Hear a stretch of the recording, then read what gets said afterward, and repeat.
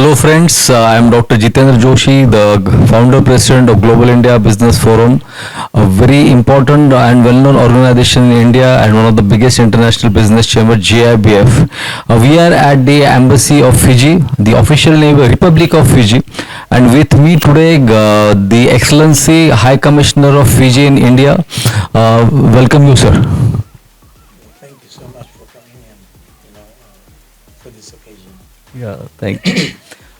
Excellency, you are not just the High Commissioner in India, but also you have a lot of responsibility for the countries like the Bangladesh, Bhutan, Maldives, Sri Lanka, and two more. So it is a big responsibility on your head. It is indeed. India is the host country for me, and all the neighboring countries, what you mentioned, Nepal, Sri Lanka, Bangladesh, Bhutan, Maldives and Mauritius are all accredited to the High Commissioner of Fiji to India. So yes, it is a big responsibility to cover all these other countries. But traditionally these countries have been aligned or accredited to the position of High Commissioner to India. Right, great. So friends, the Fiji, a very nice country, a beautiful country, and the country which is, if I can tell you the location, which is near Australia and New Zealand, and the most important thing, there are more than 300 islands. Another important thing about Fiji, I want to tell you, there are a lot of Indian origin people, Excellency, and if I am not wrong, there are more than 40% plus Indians are staying there at this point of time, and previously maybe more. Yes, prior to independence, our population was about 55%. Now it is around 37%. Okay. So, over the years there has been a lot of migration. Like many other countries, people look for greener pastures. But we still continue to have a sizable population. 37% is a significant percentage of people who live, who stay and who feel Fiji as their home. True, true. So friends, if I can tell you, there are so many islands, as I told you, 300 plus, there are so many beautiful beaches, and many people want to go there to enjoy the nature. We just want to know more about Fiji before we start our bilateral trade discussions, because we learn a lot of things about Fiji always, and the most important thing again, the Indian origin, the Hindu community, the Christian community, and the people, the Indian people or the Hindu people, those who went there more than I think 100 plus year back, the British era. And since those era, as you rightly said, 55% was the population, and now it's almost 37 to 40%. So we just want to know from you as a High Commissioner your viewpoint and some more information about Fiji as a great country and the relationship between India and Fiji, specifically the cultural relationship. Excellent. I think India-Fiji relationship goes a long way back, and like you have rightly said, the history of somewhere the history of India and the history of Fiji overlaps in the sense that original Indians who went to Fiji were taken from India, initially from north, starting in 1879 until 1903, and then there was a change to recruit from south, and from 1903 until the last ship 1916, recruitments were done from the south. So you can see that Fiji today even continue to have this multilingual sort of a population amongst the Indians. You have the North Indians who speak Hindi, you have the South Indians who speak Tamil, Telugu, Malayalam, uh, Karnataka, but these were the earlier people. Right now, the younger generation may have lost that language. Okay. But Hindi continues to be the official language recognized by the government, and 𝐸𝐴𝐭𝐞𝐧𝐝𝐫𝐚 language, which is the indigenous people's language, which is also Is it a recognized. second language? Hindi is the second language in Fiji? You could say that English is an international language, Yes. and Hindi is a recognized language, and those who want to learn Hindi can learn Hindi. Okay. Yeah, and those who want to learn 𝐸𝐴𝐭𝐾 language can learn 𝐸𝐴𝐭𝐾 language. So we have three languages which are official languages: English, 𝐸𝐴𝐭𝐾 language, and also Hindi. And what may surprise you is that whilst all the Indians speak Hindi, and maybe not the Hindi that you might expect, but more like Bhojpuri Hindi. Okay. But you'd also have the 𝐸𝐴𝐭𝐾s who speak Hindi. Okay.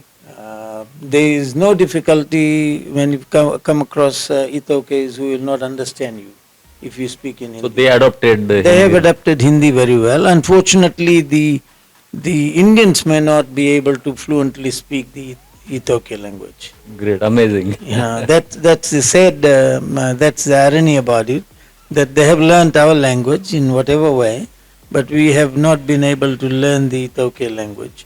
Perhaps maybe because it was not being taught in the schools, right? And they don't have their own vocabularies, you Okay. know. It is still has to be taught in English. So that's unfortunate, but there are Indians who live in near the villages and all that. They speak fluent 𝐸𝐴𝐭𝐾 language. Okay. So there, like you said, there are 300 and over 300 islands, out of which about 100 islands are inhabited. Okay. But a lot of Indians early days went and settled near the villages, Mhm. and they interacted with them. So there is very peaceful coexistence between the Indians and Fijians, or Great. the 𝐸𝐴𝐭𝐾 people. So, Excellency, we always surprise. There are some countries like the Fiji is one of them. Then Mauritius is them. Trinidad Tobago, where actually our Indian origins people, those who went long back there, and specifically they are from the north, or it's not like that. They are specifically north. And the another thing we just want to know, what is the 𝐺IRMITIA the worker they call, because many people want to know about some history about 𝐺IRMITIA worker, those who went there in Fiji. Well, the Indians, like I said, British was in control of India then. India was under the British, and all those countries where Indians were taken from here was because they were also under the British as a colony. Fiji was under the British as a colony then, and they needed labor force to work in the cotton, or initially cotton, but I think largely for the sugar plantations. So then they took Indians from India to Fiji to work on the sugar plantations. Now Australia was under British, Right. so it was Australian sugar company Okay. that needed labor. Australian Sugar Company in Fiji working. Okay. Australian sugar company had established sugar mills in Fiji, Okay. and they needed labor, and the British saw India as the recruiting point, and because it was under the British control, they were able to encourage or entice, and take the Indians from here, from India to Fiji, to work on the plantations. Now they were given undeveloped land, and because they had to develop the land, they were given very small size land, like 10 acres of land to cultivate, to clean up and to make it arable, Okay. and then to live on it. This is after they became free labor. Initially, of course, the laborers were taken to work on the states. So the CSR had its own states, Okay. and the farmers or the laborers were working on the states. And that's how, once they became free labor after 10 years, Under the 𝐉𝐸𝐻, the rule was that if you were taken for 5 years contract with a provision for another extension for 5 years, provided if you wanted to come back after 5 years, then you had to pay your own fare, own ship fare to come back, which was not possible because they were not earning enough, and therefore they could not save enough. Now, hence they were forced to work for minimum 10 years. So it was more of an academic provision. The whole idea was that they will stay longer and work the farms. So most of them had stayed back 10 years. So out of the 60,000 odd people who were taken from India to Fiji, 40,000 stayed back and 20,000 came back to India, given the option.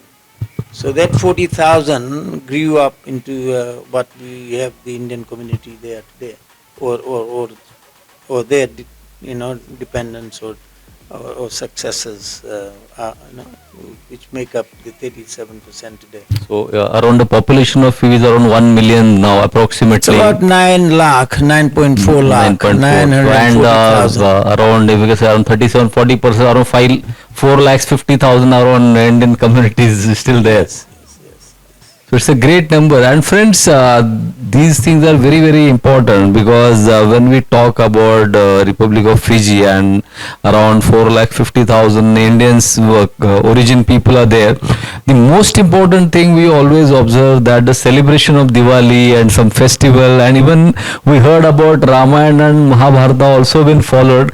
So will you please throw some light, Excellency, on those lines? I have always said this. I mean, there's so many historians who have written about this.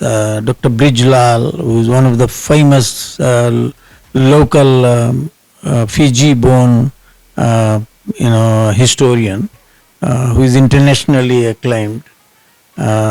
Late Dr. Brijlal, of course, and he's written so many books on it, on the Fiji 𝐉𝐸𝐻, and he's done research coming to India as well.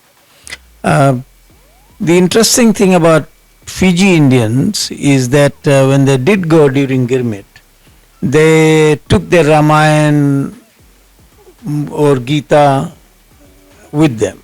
Right. And that became the foundation. The religion became the foundation for their survival. Right? They were very vulnerable. They were very, like laborers, put in like coolies.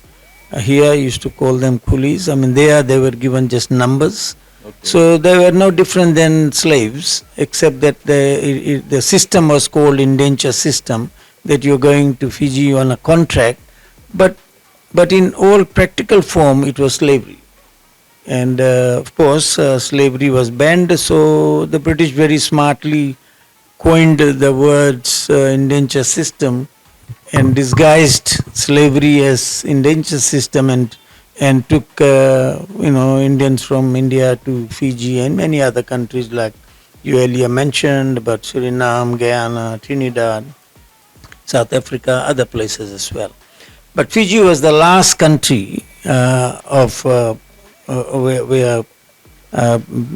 Indians were recruited and taken to. Okay. So that said, there was a lot of pressure, of course, because India was getting demanding for independence.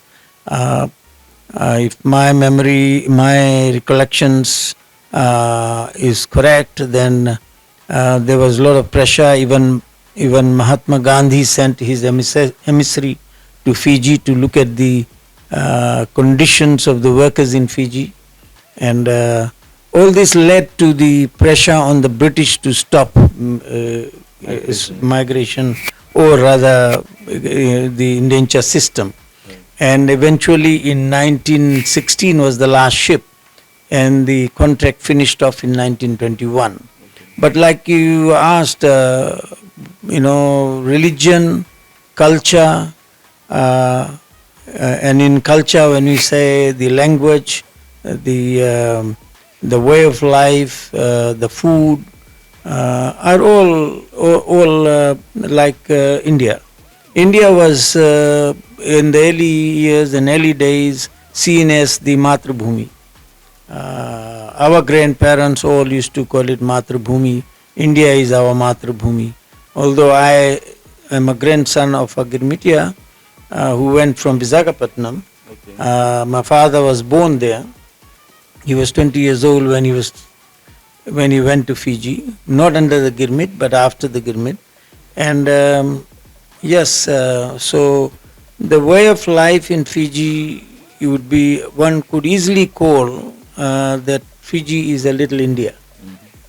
You know, a little India where you can share the same culture, the same, all the religions, the secular country, multi-racial, multi-ethnic, very friendly people. Even the Itaukais will receive you with a smile. So I always say that you have the sun, the sun, the sea, the sand, and the smile, and go to Fiji. So friends, you can just listen from High Commissioner that his forefather also went from India, from Visakhapatnam, and the population which was around 50-60,000, now it grown up to around 4.5 to 5 lakhs. So it's amazing, and the most important, they retain and maintaining the culture even today, celebrating festivals. It's an amazing thing, and we all need to be proud of such our Indian community is doing so well across the world. Thank you, Excellency. So friends, as we were discussing about the Fiji culture, the most important thing nowadays is the bilateral relationship between any two countries, and Fiji is one of the very important strategical partner for India for the businesses also, as India and Fiji has historical ties, but nowadays as the new geopolitics as having playing a very important role, Excellency,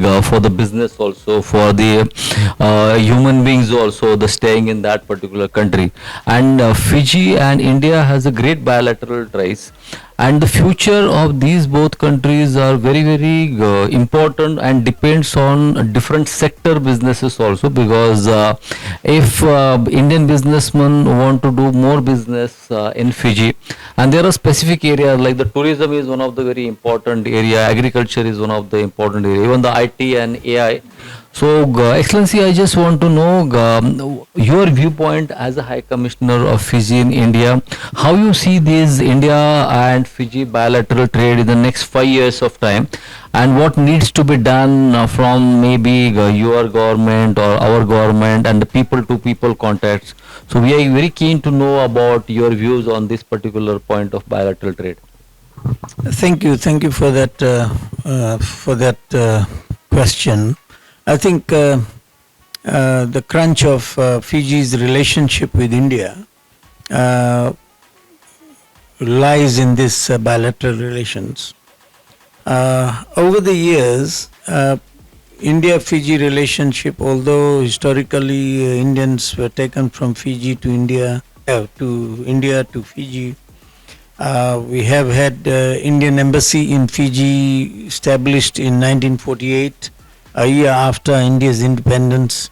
Fiji did not establish its embassy here until 2004. Okay. So it was pretty late that Fiji had established an embassy here in India, and since then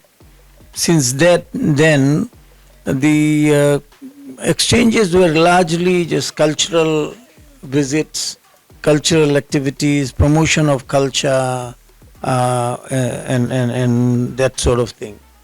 But there was no strong, tangible,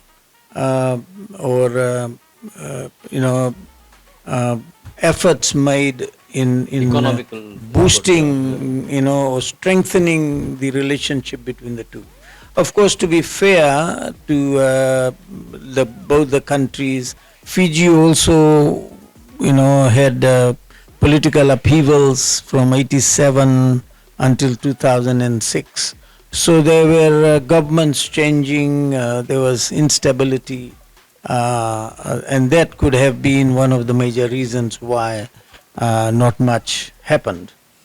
But I can tell you one thing. I've been here only from my, just about 15 months. And in my first 3 months, I was, able to, invite the president to go to Fiji, which materialized in August 24. That was a major achievement for the two countries, that you had the head of us, one of the largest democracies, going to Fiji. And I think that started off, of course, prior to that, in 2014, Prime Minister Modi had visited Fiji. Also,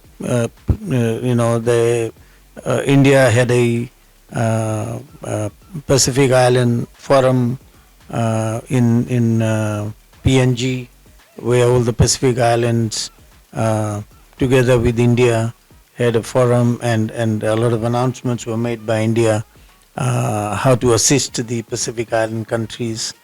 So I think currently it has been seen that India is just not a leader in the Asian region, but also in the Asia Pacific region. And the Pacific Island countries are looking upon India to provide that kind of leadership as equal partners, as friends, a relationship based on trust.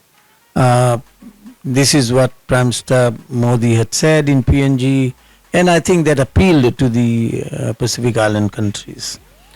Fiji has taken the cue, and we have been able to interact. We have been able to enter into dialogues with high-level visits between the two countries. Where we had so many of our ministers coming here to India, and Indian ministers, including the foreign minister, has visited Fiji. You had your your state minister for foreign affairs, who recently went to Fiji to be part of the 𝐉𝐸𝐻 Day celebration. So all this, in the backdrop of this is a lot of work being done with the visits of high-level dignitaries and exchange happening. Prime Minister Rambuka's visit to India at the invitation of Prime Minister Modi has taken a upswing in the relationship between Fiji and India. I think never before have we seen the relationship becoming so strong as now.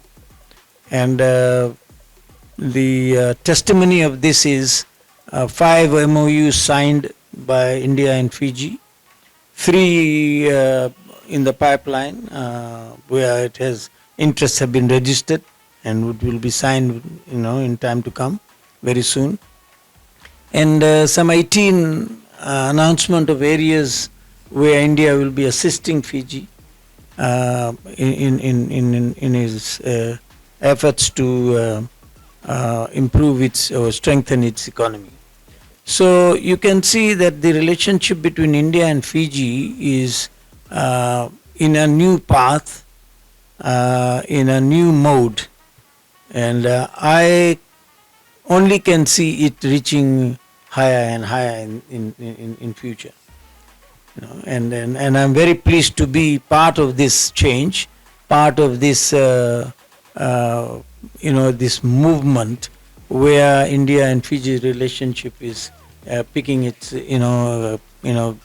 going to another level. Great, great. So, Excellency, we were discussing about the different bilateral trade and the improvements. So many things are happening at government level.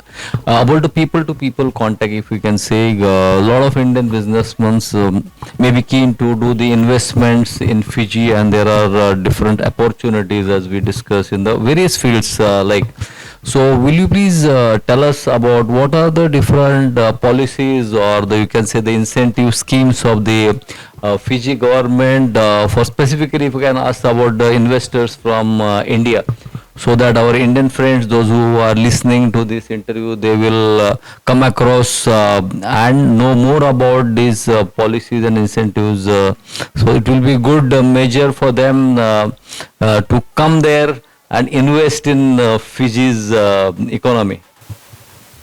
Thank you. Yes, indeed. One of the roles of the embassy, the establishment of an embassy in a country, is that the embassy represents his own country, and the idea is to promote trade and, of course, investments, and also, these efforts uh, improve the lives of your own people in the country of country of origin, which is Fiji in this case. Now, Fiji is of course now a very peaceful, stable country. It is the hub of the Pacific. It is the most developed country in the Pacific. It has all the connectivity that any investor would want. The government legal frameworks have been put in now to ensure that any investor is protected. Your investments are protected. There is no question like if you had a property and tomorrow government's laws will allow anyone to come and take away the property. True. No, you are secure. Number two, what the government of Fiji has done is giving tax holidays in different sectors, particularly like in the agricultural sector, also in the renewable energy areas, waste management. All these areas you have tax benefits or tax holidays being given. The minimum investment of any company is, of course, 300,000 Fijian dollars. Okay. So it's a small amount. How much it comes in the Indian rupees actually? Indian rupees with the dollar is about 40 Indian rupees. Yeah. So 300,000 times 40 rupees would be. Okay, that we can calculate. No issues. Yeah. So it's about 40 rupees to a Fijian dollar. Okay. So government is proactive in ensuring that any foreign investors who come, and we are very keen to see that Indian investors go to Fiji.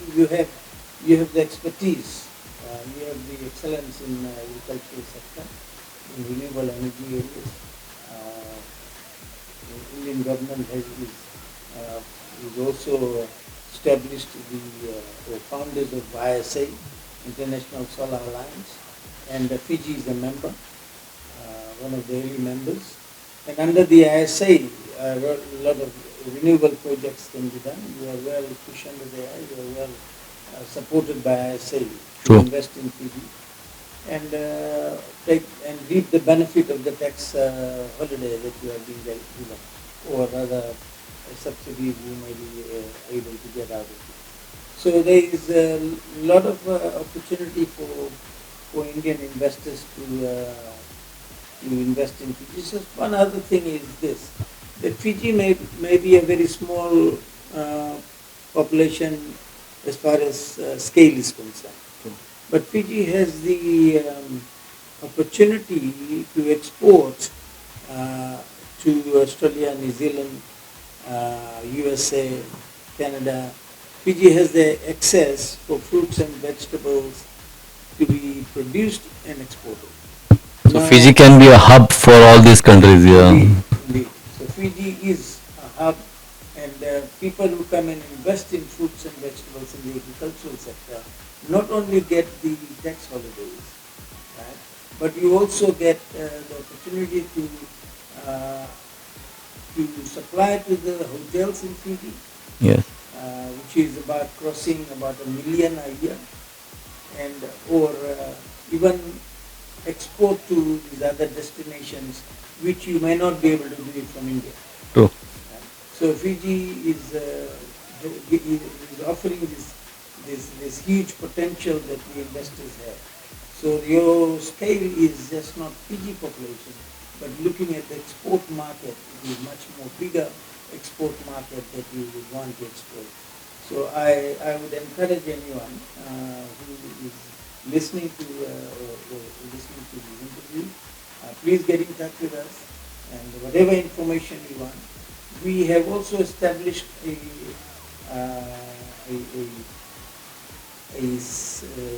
investment department, which is which will help a one-stop shop kind of ministry that will provide all assistance that you want. It's called Investment Fiji. Okay. So Investment Fiji has been created to facilitate, assist in this one-stop As a single window approach, yeah. for the investors. So you're welcome, to take advantage of this opportunity. But I also want to let you know that India has got its own bank there. You've got Bank of Baroda, Okay. which is one of the oldest banks in Fiji. And you also have LICI, one of the oldest insurance companies. So it is not that Indian companies have not been to Fiji. They have been there. And there are a lot of many people skilled people who are working for private companies in Fiji. Some of the large companies will have largely many Indian graduates or Indian skilled people working for them. In the management areas, in the accounting areas, in the factories, in the skills areas. So there is a lot of opportunity. Fiji has also signed is in the process of signing the labor mobility agreement with India. So which allows Indian investors to take their workers to Fiji. Okay. And because Fiji is short of skilled people, you are welcome to take your own workers, skilled workers to Fiji. So these are assistance which is being provided to create a better climate for investment. True. So friends, as you are listening about the opportunities in Fiji, and when there is a challenging era of AI and some jobs are going, when the fear in the market, I think this should not be a fear, because in fact there is a lot of opportunity. Even the country like small country like Fiji, but as Excellency has rightly guided, businessmen should not be just limited thinking about the Fiji population and the business in Fiji, but using Fiji as a hub. You can think to do business and start exporting from Fiji to countries like US, New Zealand and Australia. And I think this is a great opportunity. And Excellency, this is really a light briefing what you have done for our Indian friends, and I hope those who are keen for such kind of investment, the investment Fiji, which is one department as Fiji government only formed. So there you get a lot of information about as a single window, and even the embassy is always there, High Commissioner, his team is always there to support you. Thank you so much. So friends, as we are discussing about the bilateral trade, the very important question nowadays is the pollution control and sustainability. And as Excellency Fiji, as we said, more than 300 islands. So definitely this is a very important thing about how Fiji is taking care of the sustainability and specifically the pollution related control, how Fiji government is planning such kind of thing. Thank you. You stated about sustainability and the climate change that is taking place. Firstly, Fiji and the Pacific has minimum pollution. We are in fact victims of, innocent victims of the industrialized countries that is causing pollution or emitting carbon in the air. So as far as pollution is concerned, you can be rest assured that you are coming to a country where you're going to live longer. Right? You have beautiful blue oceans. You have white sandy beaches, uh, clean air. Our only concern, our only challenge is, the biggest challenge that we are faced with is the rising sea level. Okay. And those who have heard our Prime Minister speak here in India would have heard him say he believes in the ocean, Pacific Ocean or ocean of peace. He is creating a peaceful Pacific Ocean. So all the Pacific Island countries are getting together, or have already got together, in ensuring that the Pacific is protected. Okay. So as far as sustainability is concerned, Fiji is forging ahead. My earlier statement about renewable energy, there is huge investment opportunities for solarization. Government of India had kicked off with the solarization of the state buildings in Fiji.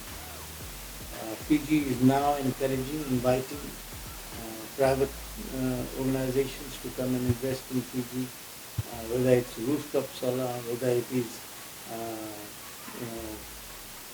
solar farms.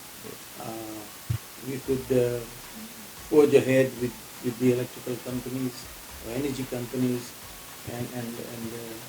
and see how we can reduce the whatever little we emit carbon that we emit. Fiji is also seriously looking at producing ethanol or aerofuel, but not immediately, maybe later. It will take some time.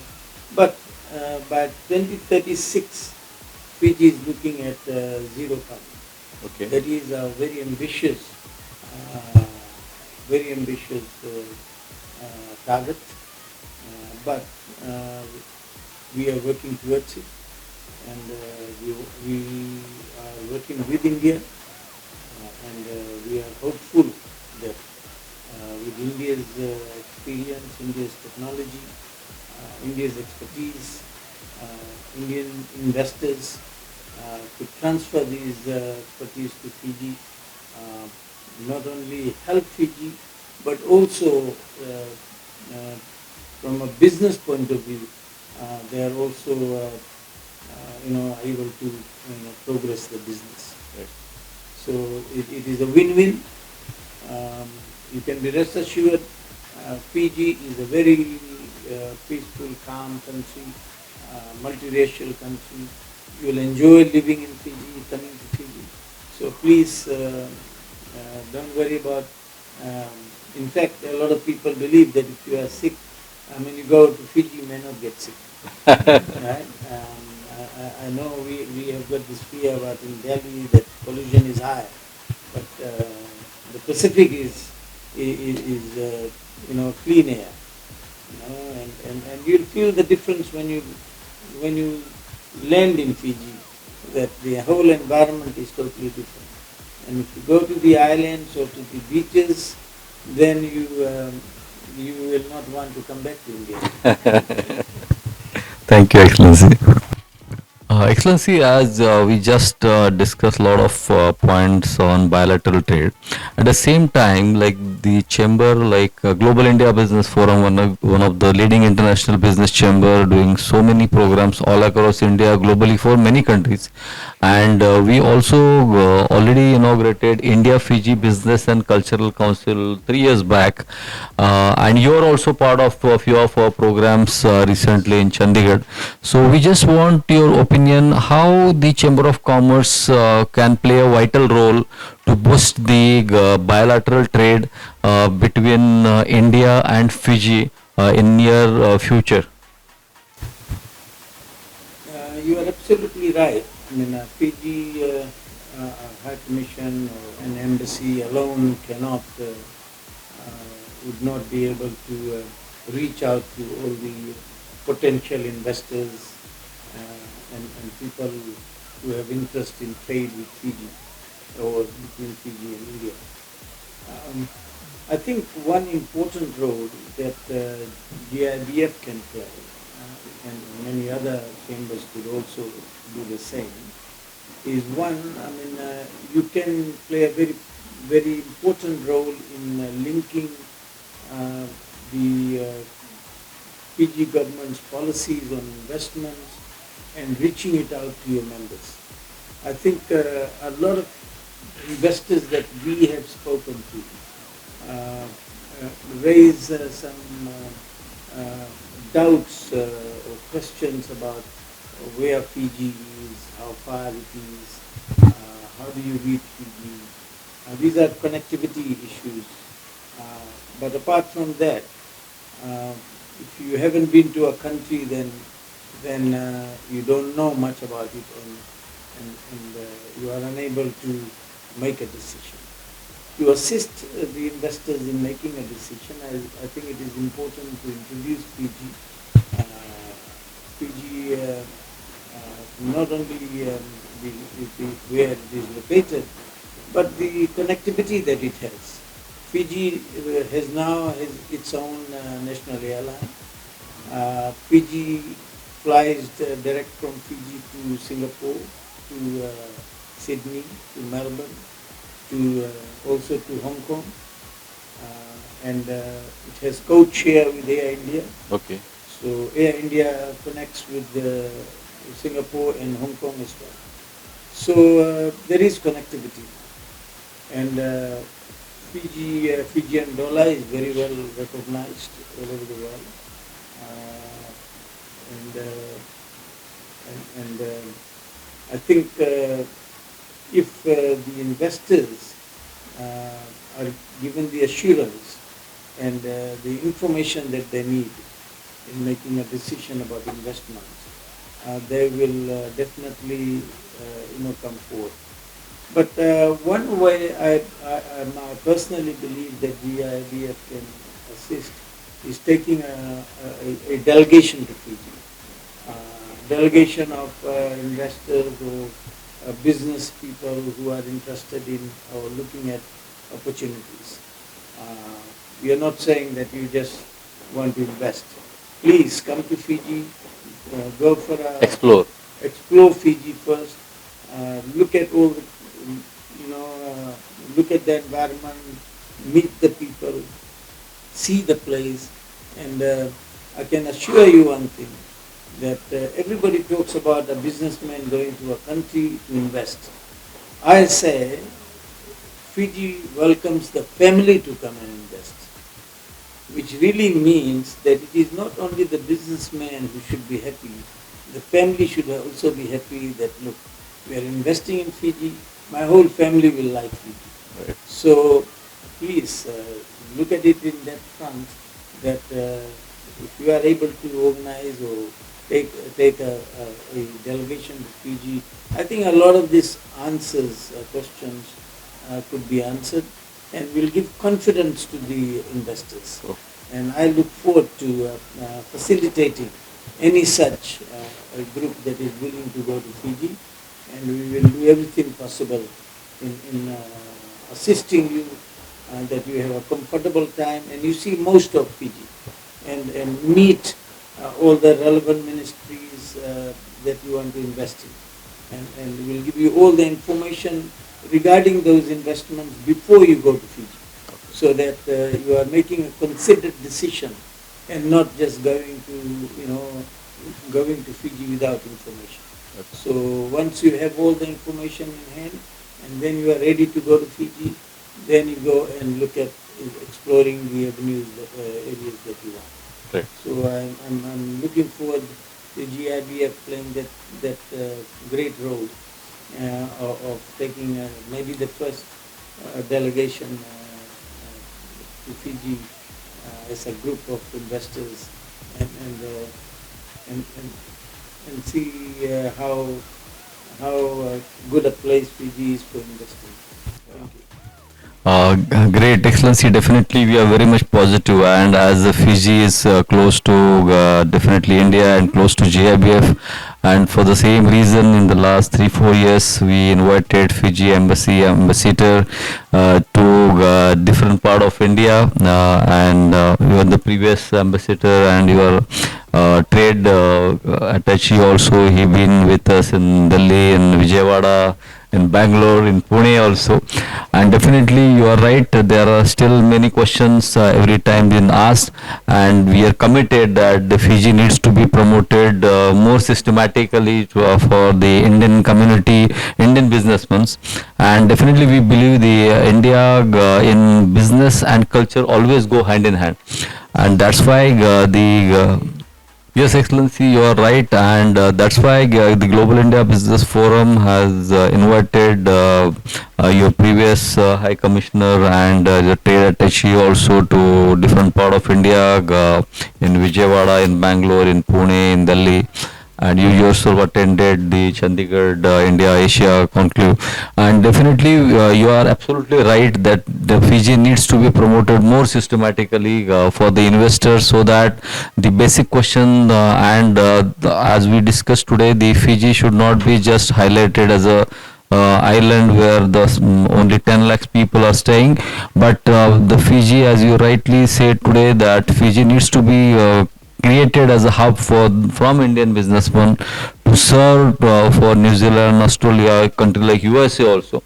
And definitely the GIBF and other chambers will try our best to do whatever best possible to promote Fiji, and your point of the delegation, definitely we will see what best delegation in the near future, along with the investors we can go there, and we are quite sure your support and your government support will be there to receive us there for the specific investment, at least to start with, to know more about the investment opportunities there, so that the mouth to mouth contacts always helps. So today we are really happy that you spend your good time, and we discussed all the points related to not just bilateral trade, but we know about now more about the culture of Fiji, people of Fiji, and we are very optimistic with our visionary Prime Minister Mr. Modi. He is doing so well, and your government is supporting so nicely to both these efforts. We are keen. The future of Fiji and future of India together will be great. Thank you so much for your time, Excellency. Thank you.